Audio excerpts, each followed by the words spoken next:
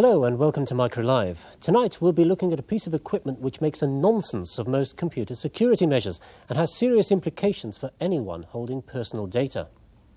And if you still have any faith in the micro after that, we discover how small businesses can use ready-made software to really take off.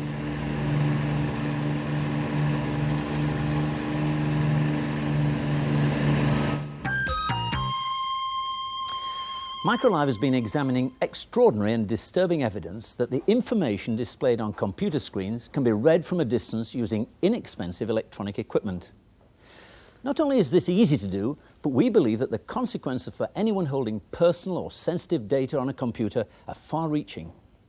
It's clear to us that most computer users are unaware of the technology we are about to show, and that some of them will need to take urgent steps to safeguard their data against this form of surveillance. Well, here is a piece of confidential information. Please enter your password, it says, and I'll just finish it off. There it is. And fortunately for me, you can't read it. Or can you? Any piece of equipment like this contains thousands of electronic switches. As those switches change state, they give out radio signals in all directions, and those signals can be picked up some distance away. This is the kind of equipment you would need. It was assembled for just about £1,000, no more than the cost of an ordinary personal computer. And while I've been talking, Sean Walker, who designed the equipment, has been tuning in. Sean, what have you got here? Well, basically, Fred, all we've got is a suitable aerial, which in this case is a CB antenna. We've got a VHF multiband manually tuned receiver, some signal processing, fed to a synchronised visual display unit. Right, let's put that rather more simply. This is a kind of souped-up version, I think, of a television receiver, is that right? That's correct, it's just a little bit more wideband. Right. Greater frequencies then. And this you call a synchronised VDU. Synchronised to what? Well, the data we're receiving has no synchronising pulses, so what we do is generate our own and add it with the data. So you are tuning the timings of this machine into the timings of the IBM Micro over there? That's correct. Right, OK, well here's the acid test. What is my password? Domino. Domino is correct. Let's see where it is. It's just drifting off the screen a bit, but if we compare that with the original screen... Ah, yes, there it is. There is my password, Domino. Very good reception. Now, you may think that we're simply eavesdropping on this screen. Today, we were challenged by the manufacturer of a flat-screen monitor who believed that his screens were totally safe. But in fact, the monitor makes very little difference. Even if I disconnect this altogether, well, see what happens. Right, it's in at the moment. I pull the plug, and the information is still there. So, where are those radio signals coming from? Well, they're being generated internally in the microcomputer by its switching pulses, which generate transients, which generate a carrier wave for the data to go out on. So it's every part of the micro, virtually? Every part of it. Right. One might think that there would be safety in numbers if you've got a whole room full of micros, all the same, that you couldn't zero in on any particular one. Is that right? Once I got the horizontal frequency, I would then change the directional aerial. And you could do it? And I could then zoom in on the terminal I want. Was this tricky to build? No, it's quite straightforward, quite basic. Any hobbyist, amateur radio enthusiast could probably put a system together simply in a few evenings. Right.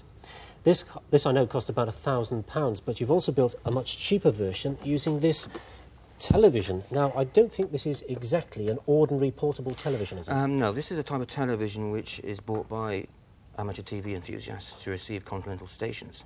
Again, it's got a wider frequency It's got range. a wider frequency But band. still available for about It's what? available about £80, £85. Right, and what have you done to it? All I've done is disconnect the synchronising circuit inside, build a external synchronising box from components you can buy in any high street shop. Yes. And what Cost of that? Oh, about £3 or £4, somewhere in there. What you end up with? Right, now we're tuning in at the moment to an apricot micro over there, and yes, I can certainly see the word apricot as it drifts across, and that is amazing reception. Is it because the apricot is worse than most micros? Well, I think they should have a broadcast licence. Right. Thank you very much, Sean. Well, believe it or not, despite the success of that, a live television studio with all its cameras, lights, radio, microphones and so on is probably the worst environment for this kind of demonstration. What happens if you try it outside, in the outside world? We sent Stephen Arkell to find out. We've transferred the screen reading equipment into this van and moved into the City of London at Finsbury Circus. This van isn't specially adapted. In fact, all we've done is put a Citizens Band aerial on the roof and plugged it into the equipment in the back, which is running off two 12-volt car batteries.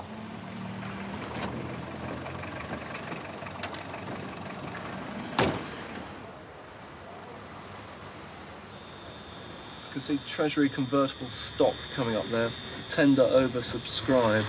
How difficult was it to get that? It took approximately 12 minutes. Yeah. I need to work on it a bit longer, then we get all the rest of the details in. The first screen proved to have very little information on it, so we moved into Coleman Street, which contains a number of international banks. It looks as though there might be some interesting data on this. Certainly looks that way. Oh, that's very clear. We've got Taiwan unsurprised by US trade moves. Industry officials say retaliation was the only option. A slight jiggling around here. How easy was it to get a screen like this? A couple of minutes of locating the frequency, then locating horizontal frequency, and just moving the vehicle up and down just to get optimum performance. It was that easy. Yeah. We've got in bold at the top yearly indications euro-dollar bonds seem flat to 1/8. That probably means something to somebody. And US Treasury's flat to up to 1/10. February funds open. So I suppose that sort of information could be used to commercial advantage. If you understand what you're reading. Yeah. I presume this is something to do with their internal information system, which they like to keep quite private. How easily could this sort of screen be stored? Well, you could store it on videotape, or what I would prefer is the frame printer, which will print one complete frame of what you're seeing at the moment. You'd actually get a printout of that screen? Print of that, which would allow you to examine it in more detail later on. Yeah. Could you actually get the definition a little bit clearer if you used a printer? Yeah, you could by taking several frames on different frequencies, slightly different frequencies, as I'm demonstrating there, and bits which are missing, or not too clear, you could then obviously combine and read. We've moved around the corner now, and we seem to be getting some sort of prices or pound signs down the side there. We've got quite a few small shops around here. What sort of equipment do you think this is being seen on? Looking at the horizontal scan frequency, it's a conventional computer you buy from your ordinary retail outlet, your high street shop. What it's displaying, all I can see is times, prices, and looks like odds. Yeah, we can see £10.13, for instance, £12.41. The computer screens that we've been reading from a van in the street are housed behind the substantial walls of the City of London. This demonstration shows there really is a major problem with the security of data displayed on a computer terminal. If we were able to do this in the City of London, where secrecy and security have always been paramount, then the problem isn't just confined to Britain, it must be worldwide. Obviously, we've been very selective in what we chose to show in that film. But during our investigations, we were able to read very personal data. In particular, the details of one couple's mortgage arrears with the Cheltenham and Gloucester Building Society. The Ministry of Defence has known about this problem for some time and has devised a set of radiation specifications which computers must meet if they're to be considered secure.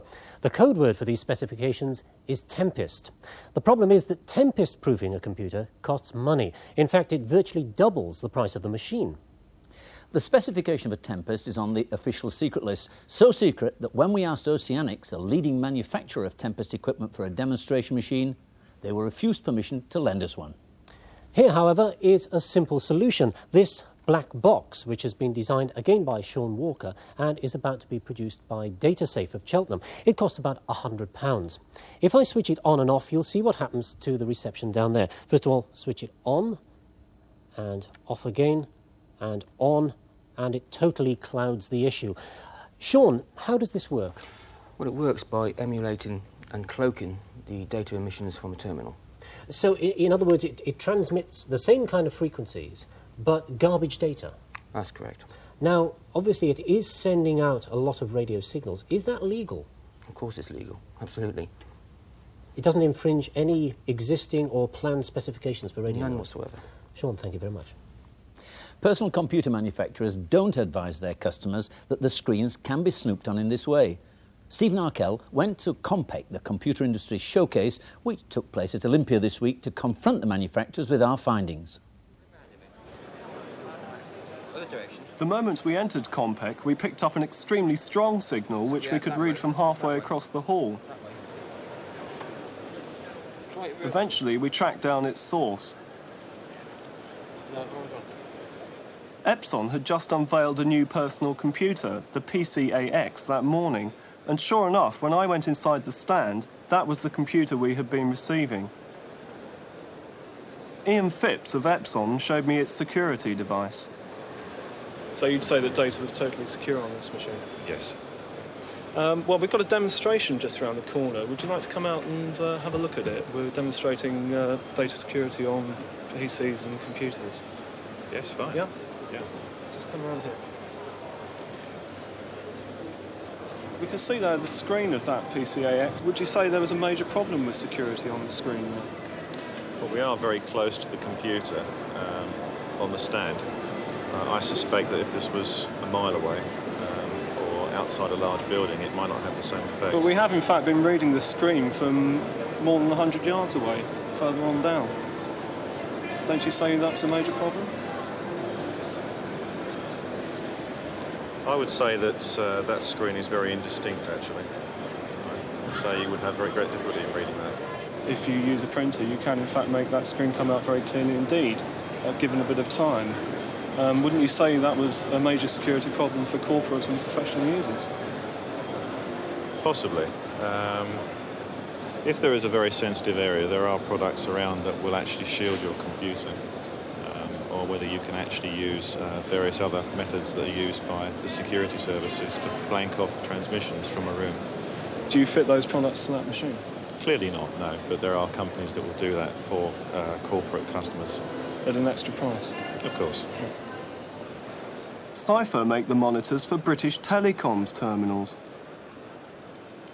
This was the data as it appeared on their monitor, and it showed up on our equipment like this. Now here we're reading some data from a screen just over here on your stand. Do you think that's a serious problem? No. Why not? Well, the reason being is if people are really worried about radiated interference and people monitoring screens, they will in fact put the terminal in a sealed, shielded building. And that's the way people are tending to go nowadays. If you are worried about security, you'll find that they tend to use normal terminals rather than, say, Tempest-approved terminals, and they will put them in a completely shielded building. But that costs a lot more money, doesn't it? No, because you find the buildings are purpose-built. So if you're putting in a new computer and a new system, obviously you're going to have a special purpose-built building anyway, so therefore you might as well build the shielding in initially. Why aren't terminals like this fitted as standard with a device that would just jam that sort of radiation? Because it's expensive. Well, and because the market has gone away from heavy Tempest-approved terminals. They are basically a very expensive terminal. We've actually been out and demonstrated this in the street outside banks in the City of London. Don't you think they ought to know about this problem? I think that's the bank's problem. I see. So it's not your problem that this It's computer not our problem. is emitting this sort of radiation? No. All terminals do the same. Although some personal computer manufacturers seem to be aware of the problem, they don't seem to be too worried about it. It is astounding that their attitude is so casual. After all, the problem is fundamental to the security of computer data. At first glance, what we've done tonight looks quite similar to hacking.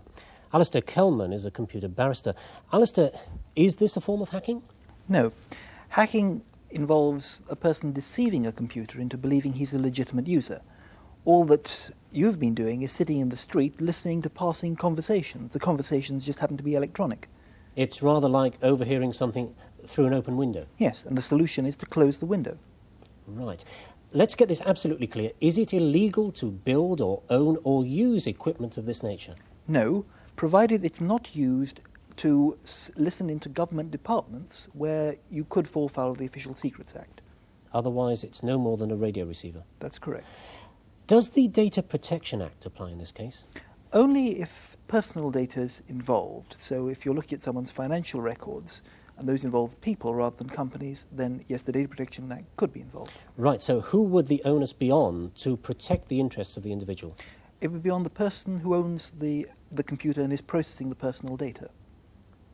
Right, and the man in the street, is it up to that individual to sue the company if things go wrong? Is that the Yes, situation? he would be entitled to damages if he has suffered damage through the emanation of personal data. But wait a minute, that means that something would have had to have gone seriously wrong first. He's only entitled to compensation after the event. That's right. So the law as it stands does not protect the individual at all until damages have taken place. That was what Parliament said in the Data Protection Act. Right. What do you think should be done now then? Three things. First, what you have done tonight, and that is there has to be a greater public awareness of the problem. Secondly, major British companies could quite easily come together and say, our procurement policy, our buying policy from the middle of next year is going to be that we're only going to buy computers which contain security. And that would mean that the problem would be forced, the manufacturers would be forced to deal with the problem. Thirdly, the government could match the private sector's commitment by doing the same thing. It could say all government computers that are bought are only going to they're only going to buy computers that contain security. Do you think that's likely to happen? Well, it all depends upon the public pressure that organisations such as the National Council for Civil Liberties, members of political parties need to put pressure upon their members of parliament to ensure that this threat to personal liberty is properly dealt with. Supposing this is not tightened up, what abuses do you foresee? Well, after the Big Bang, there's a lot of concern about what's called insider trading in the city, where people make use of confidential information which they shouldn't do for private gain. Now, this could be, if you like, outsider trading, in that other people could get hold of that confidential information, which could be very damaging to the Big Bang and to British companies generally. Yes, what might threaten the individual? Well, detectives could sit outside people's homes and instead of bothering to go for a telephone tap and search warrants, could listen in to the emanations of personal computers. Totally legally, of course. Of course. What are the implications for industrial espionage? Well, industrial espionage is growing with greater worldwide competition, and so, of course, this piece of kit that you demonstrated may be a standard piece of surveillance equipment very soon. Armstead, I'll have to stop you there, but thank you very much indeed. So, what's to be done? The Ministry of Defence has no intention of becoming involved in this debate. The manufacturers are obviously playing the issue down. The banks, the building societies, the insurance companies, those organisations which handle our confidential information are apparently not going to spend millions if they can in any way avoid it. It seems clear that unless we, the general public, demand that our personal data is properly protected, nothing is going to happen.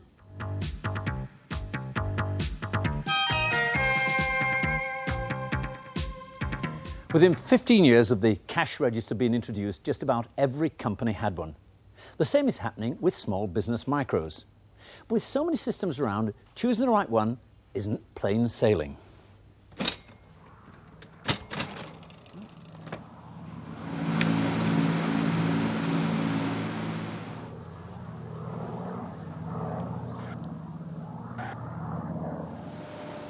Running an airline has never been the most reliable way of making money, even with modern equipment. Yet a small company in Coventry is successful using aircraft that first flew during the Second World War.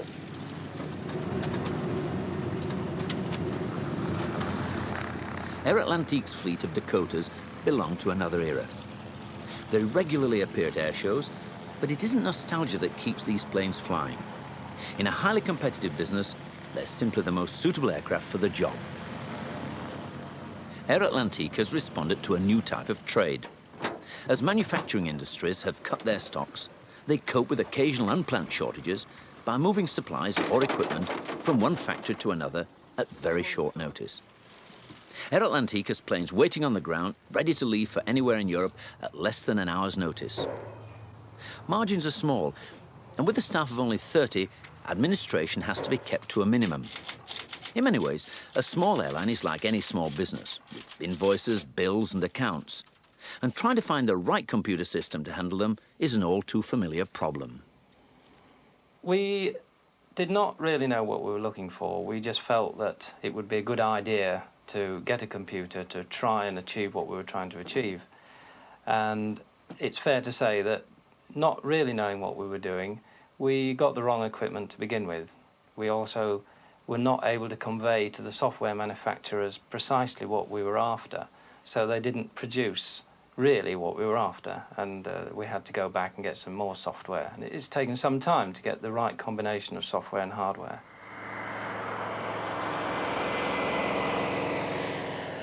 Air Atlantique doesn't have a seat reservation system, but running a small airline does have its own particular problems.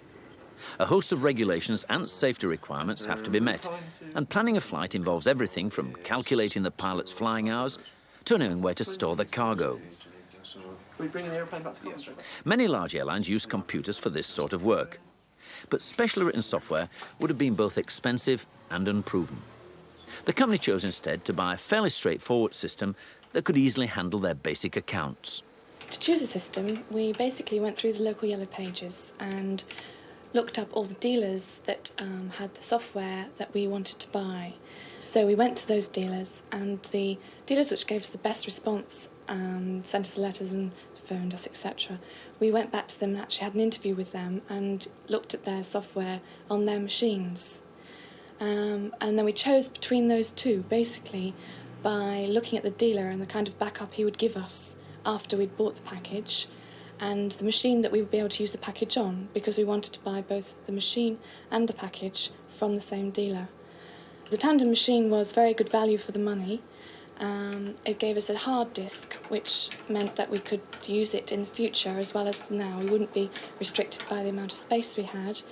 And the Sage package was everything we wanted the accounting to do, but we could also upgrade fairly easily to more advanced packages without too many problems.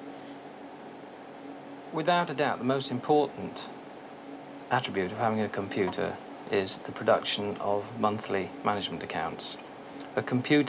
Using a computer for accounting can give you figures within a few days of the end of each month. And a small company needs to know where it is. It needs to know whether it's making a profit or a loss, whether it's selling at the right price.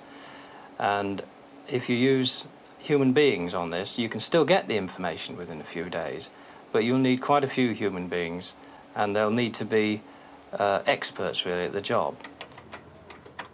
Now that a computer is successfully handling the accounts, the company is starting to use computers in other ways. Air Atlantique does much of its own maintenance, and like all airlines, is required by law to keep its operational procedures up to date.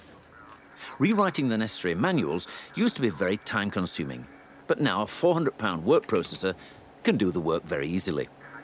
In general, this company's introduction of computers has been rightly cautious, buying only what they need at any time and being very careful not to become over-dependent. My advice to any small business getting a computer is to expect a couple of years to pass before you really get the best out of the computer. But once you are beginning to get the best out of it in maybe one particular facet, perhaps the accounts, then to consider expanding the use of the computer into other areas, but not to run before you can walk.